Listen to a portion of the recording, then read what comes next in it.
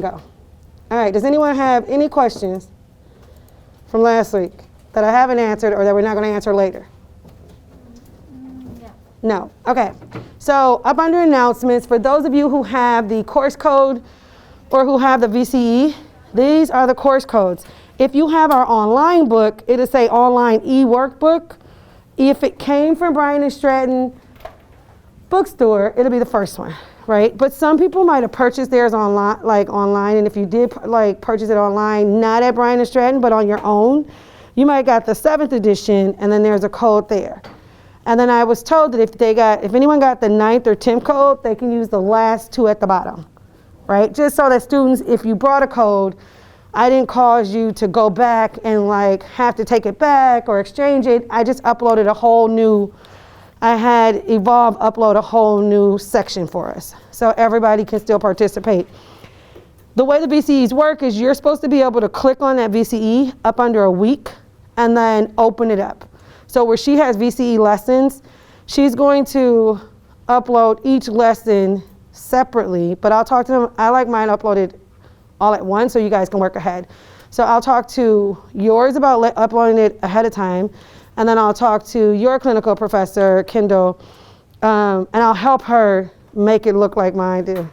Okay, the one where it says week 1, week 2, week 3, week 4, so that everything is in cohesiveness, okay?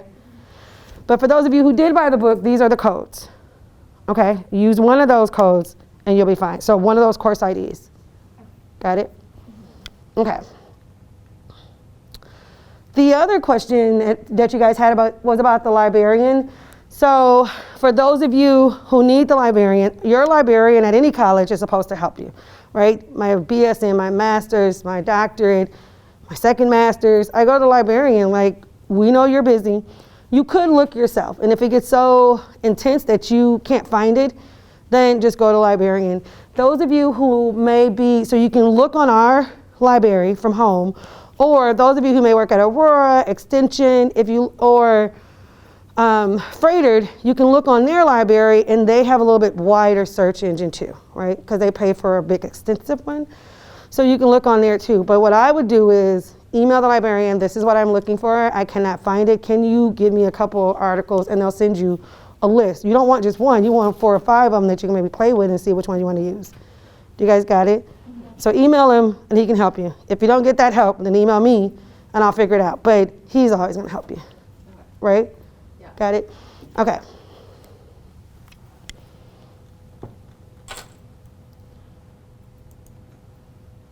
So today, all right. So today we're going to start off as usual, right?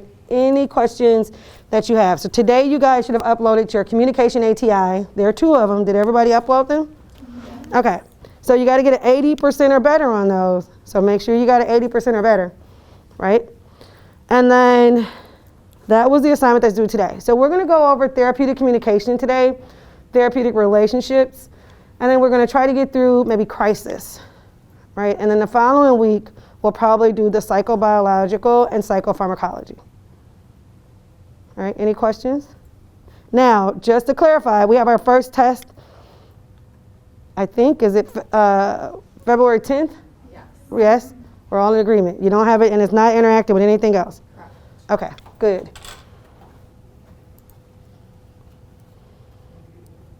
So last week we talked about legals, we talked about admissions. So this week, so after we do a lecture every week, then we'll come back and we'll do our Jeopardy. So we're going to do Jeopardy first, and then we lecture. You guys got it? So that I know that you understood what we talked about last week, and if you have any questions. Right? Okay, let's do legals for 10. A voluntary admission. What is that, you guys? One that's like when they, I don't know, when they voluntarily admit themselves rather than not being on a hold or forced to come, I guess. Yes, so it's the admission that is sought by the patient or guardian, right? So they seek the admission themselves. Got it right? Right? It's sought by the patient or guardian. So that's going to be important, especially for those of you who are going to clinicals. You don't want to let a patient out and then they and they're not supposed to, right? Even if they're voluntary, our units are locked. So on mental health, our units are going to be locked. So you can't just open the door and let someone out. And I usually say, you know what? I am a student. If I am a student, I say I'm a student, and unfortunately I can't open the door. I don't even have the key, right? And then the patients will back off and leave you alone. But redirect them to their nurse. Involuntary admission, what's that, you guys? Admission to a facility without the patient's consent? Yes, it's an admission without that patient's consent, right? So it's an admission that is sought by someone else, right? It usually, if they're involuntary, they are chaptered, right? Mm-hmm. Got it?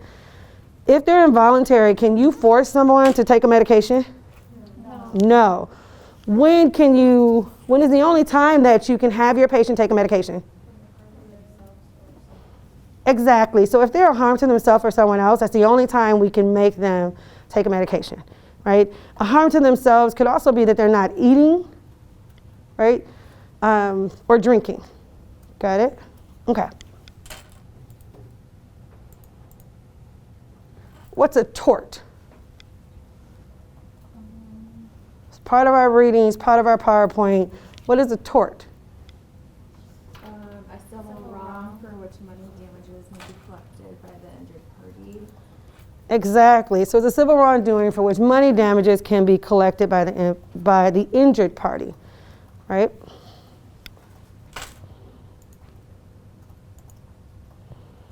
What's negligence? What is negligence, you guys? I don't need everybody to participate. Let's start calling names. Failure to meet the task. Go ahead.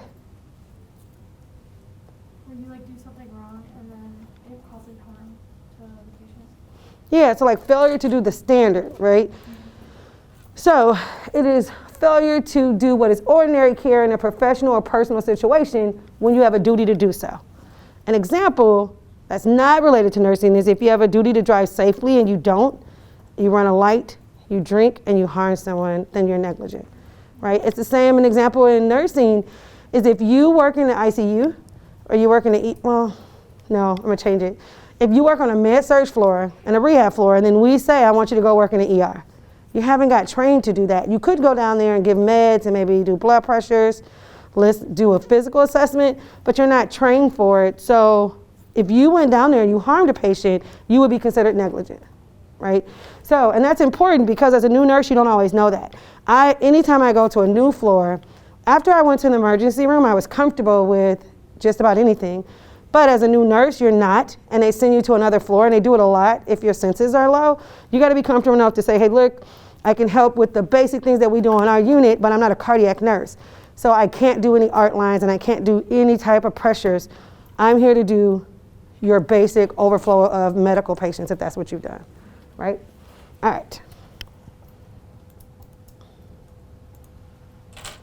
What are the 5 elements required to prove negligence? Duty. Yeah. Duty. Yes. Cause and effect. Proximate cause and damage. All right. Good. Right. And those sound like really good select all that applies, right? When they give you so many.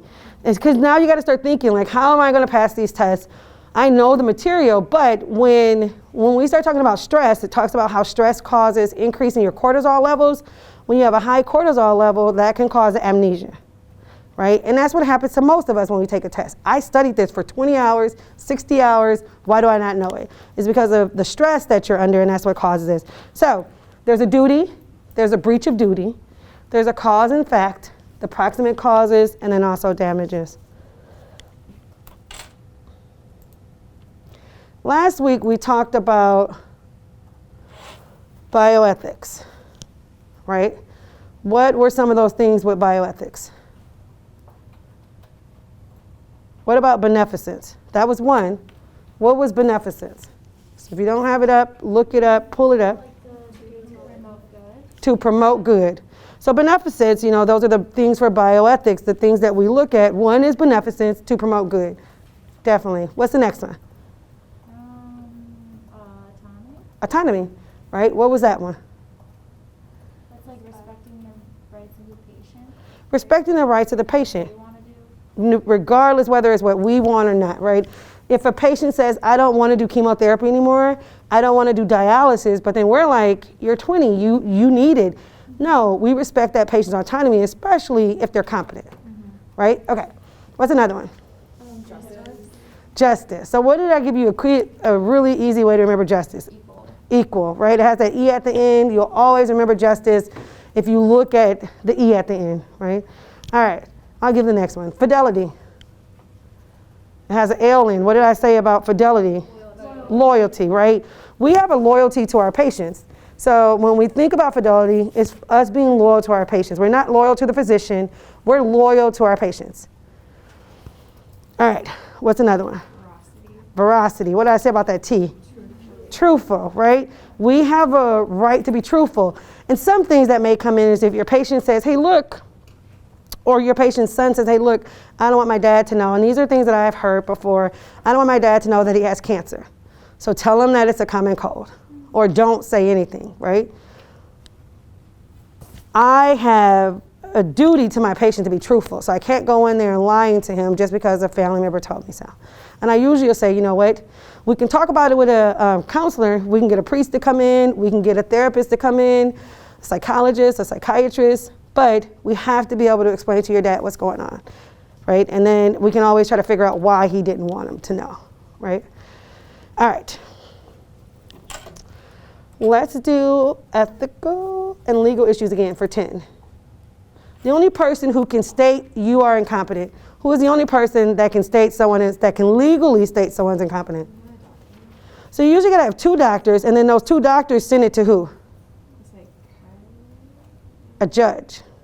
Yeah, so you usually have 2 people that say this patient is incompetent, right? And we usually, when in the hospital, you'll see 2 physicians that'll say it, and then it still has to go into a judge, right? We still have to get it sent to the judge. A breach of confidentiality if a patient is a danger to himself or others. And who else can you breach confidentiality to?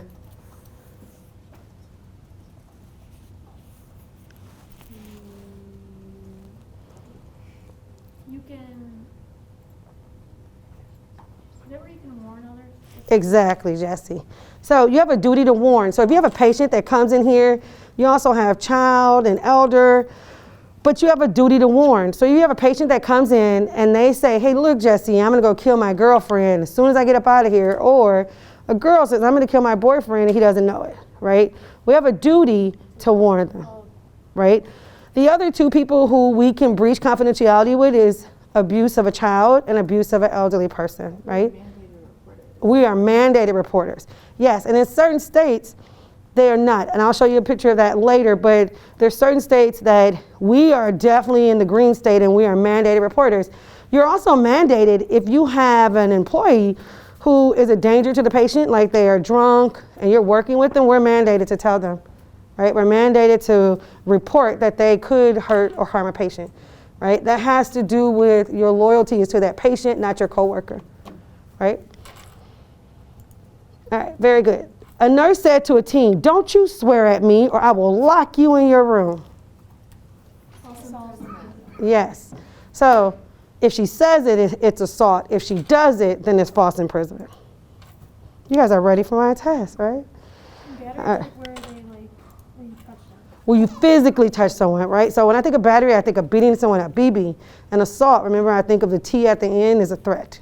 Like wrist restraints, would that be considered? That's a battery. Wrist restraints is a battery if they didn't need it, right? So if a patient came up to you and they started cursing and yelling at you, but they didn't physically hurt you, they weren't hurting themselves,